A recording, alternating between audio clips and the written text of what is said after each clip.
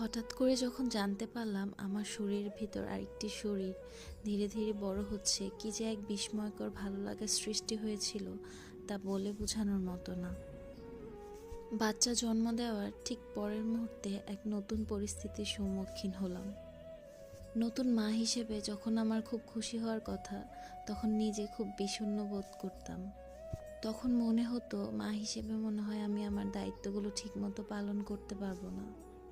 এই বিষয়টি সম্পর্কে আমার পরিবারের সবাই খুব ভালোভাবে অবগত ছিলেন। তারা আমাকে মানসিকভাবে ও শারীরিকভাবে অনেক বেশি সাপোর্ট দিয়েছেন। আর সবচেয়ে বেশি সাহায্য করেছে এই সময়টাতে দোয়ার পাপা। দোয়ার পাপা না থাকলে আমি এই সময়গুলো এত সুন্দরভাবে কখনোই পার করতে পারতাম না। সবাই আমাদের জন্য অনেক বেশি দোয়া করবেন, আমার দোয়া বেবির জন্য অনেক বেশি দোয়া